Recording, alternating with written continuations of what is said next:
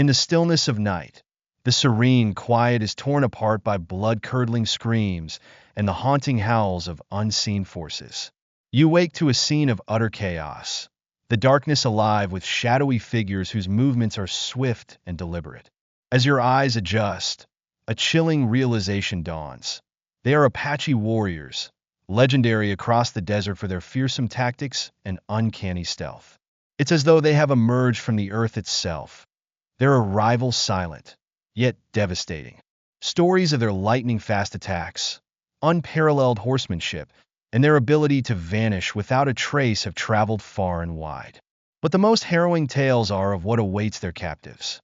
Now, surrounded with no route of escape, the grim reality of those legends looms over you, threatening to become your fate.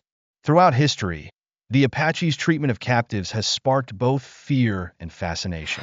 Yet it was far from arbitrary cruelty.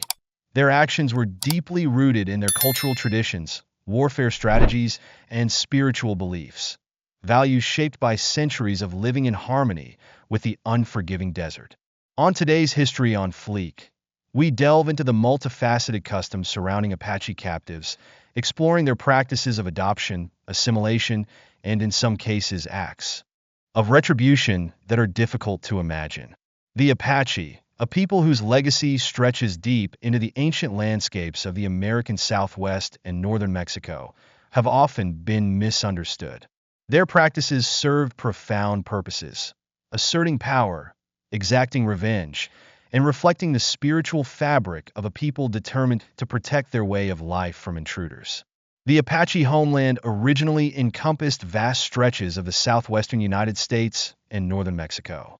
Nomadic hunter-gatherers, the Apache adapted brilliantly to the harsh desert, cultivating crops like corn, beans, and squash, while mastering the art of survival in one of the most challenging environments on Earth. Their society was intricately structured, with various bands and sub-tribes, each led by its own chiefs and governed by unique customs. When European explorers first encountered them in the 16th century, they identified two primary regional groups: the Apache of the South and the Apache of the interior. Fiercely independent, the Apache became renowned for their adaptability.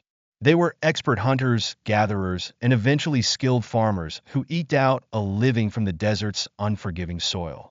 Apache women played pivotal roles in their communities, overseeing food preparation, constructing homes, and imparting crucial knowledge about plants and traditional medicine. To their children, the Apache were deeply protective of their homelands, tailoring every aspect of their lives, agriculture, warfare, and daily rituals, to preserve their people and culture. One of their defining traits was their exceptional horsemanship. Introduced to horses by the Spanish, the Apache quickly mastered these animals, transforming them into indispensable tools for survival and resistance. They became legendary riders, using their unparalleled skill in mounted combat and guerrilla tactics to outmaneuver their enemies. Their intimate knowledge of the land, coupled with their tactical brilliance, allowed them to remain unconquered for much longer than many other tribes. Apache warriors were masters of hit-and-run strategies, ambushing enemies and disappearing into the intricate web of desert trails and rocky landscapes. Their elusive movements, combined with their ferocity in battle, earned them a reputation as one of the most formidable forces in North America, resisting European settlers and rival tribes alike for generations. At the core of Apache life was a spiritual worldview that touched every aspect of their existence. They believed in a rich pantheon of spirits and deities that imbued the natural world with power and meaning. Warfare, for the Apache, was not merely a means of survival, but a spiritual act as well. Capturing and punishing enemies often carried profound spiritual significance, particularly when dealing with those who violated their sacred lands. For the Apache, the treatment of captives reflected not only the harsh realities of war, but also a deep connection to their traditions and beliefs, illuminating the complexities of a people often reduced to the myths and fears of outsiders. The treatment of captives among Native American tribes varied widely, but the Apache had deeply ingrained customs surrounding captivity that predated European contact. Among the Apache, women and children were often integrated into the tribe, taught its customs, and sometimes married into the community. Adoption of captives was a widespread practice, serving not only to replenish the tribe's numbers, but also as a means of preserving Apache culture. By adopting captives and giving them the names of deceased members, the Apache could honor their ancestors while strengthening their community. This practice, particularly when applied to children and young women, was more than an act of mercy. It was a calculated strategy to sustain the tribe through times of war and loss.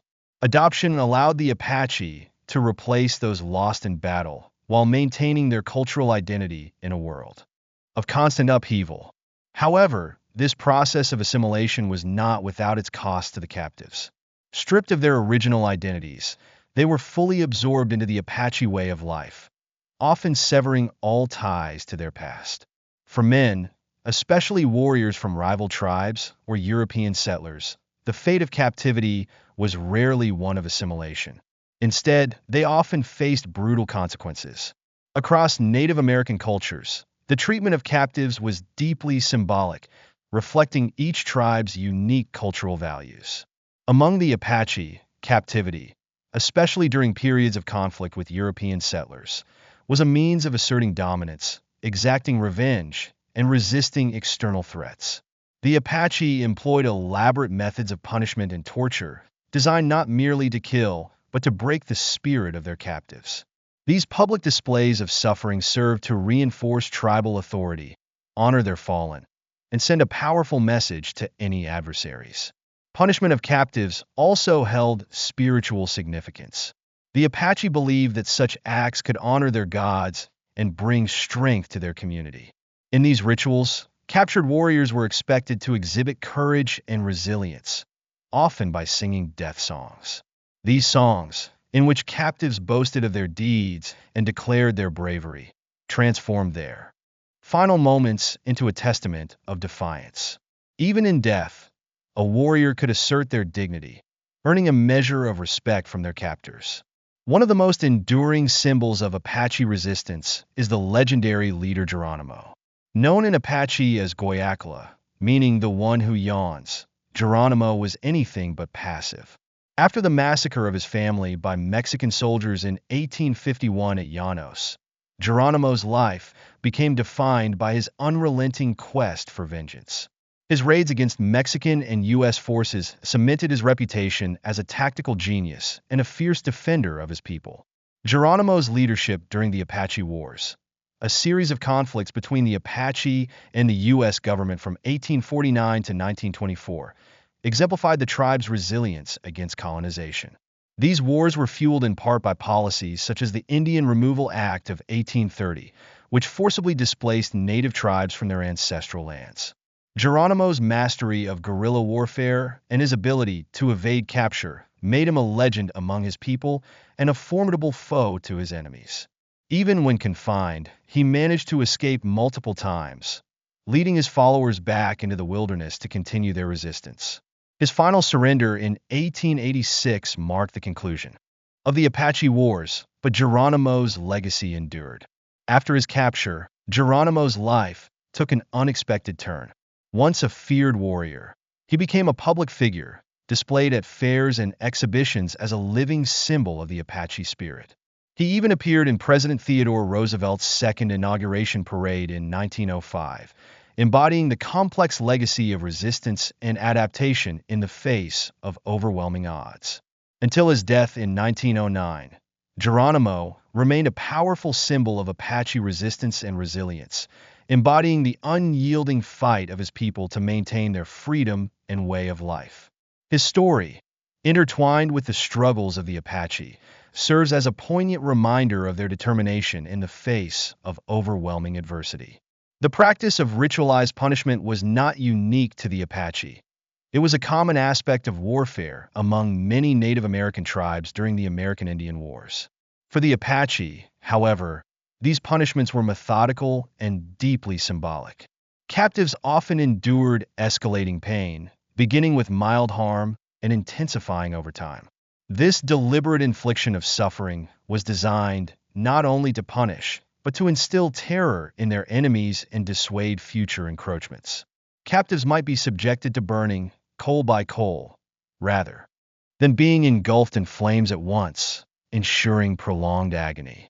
In some cases, captors revived fainted prisoners, providing water or food to extend their torment and magnify their suffering. The Apache approach to punishment was highly structured and imbued with spiritual significance.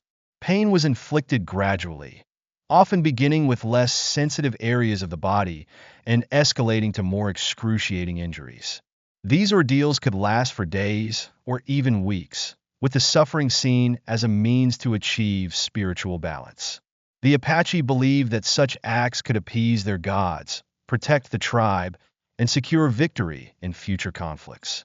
These rituals were often communal, with tribe members, young and old, observing or participating, reinforcing their unity and resolve in the face of adversity. For the Apache, these punishments were not merely acts of cruelty, but were deeply embedded in their cultural and spiritual worldview. The suffering of captives was seen as an offering to the spirits, a necessary sacrifice to ensure the tribe's survival and prosperity. Ritualized punishment also served as a stark warning to adversaries, demonstrating the lengths to which the Apache would go to defend their land and culture. Though brutal, these practices were a reflection of the Apaches' relentless fight for survival against forces that sought to erase their existence. Their methods, harsh as they were shaped by a profound connection to their beliefs and a struggle to preserve their way of life. The Apache were not just warriors, but protectors of their identity and traditions. Today, the legacy of the Apache endures as a symbol of resilience and defiance in the face of seemingly insurmountable odds. Their story echoes through history, reminding us of the sacrifices made to safeguard their culture and freedom. As we continue to explore these complex and often challenging chapters of American history, the tale of the Apache stands as a testament to the enduring power of courage, unity, and the human spirit. Thank you for watching the video until the end. Don't forget to hit like, subscribe, and turn on notifications so you won't miss any new videos from us. What do you think about today's topic? Leave your thoughts in the comments below. And if you found the video helpful, feel free to share it with your friends and family. We hope you had a great time. See you in the next video with even more exciting content. Make sure to subscribe so you don't miss out.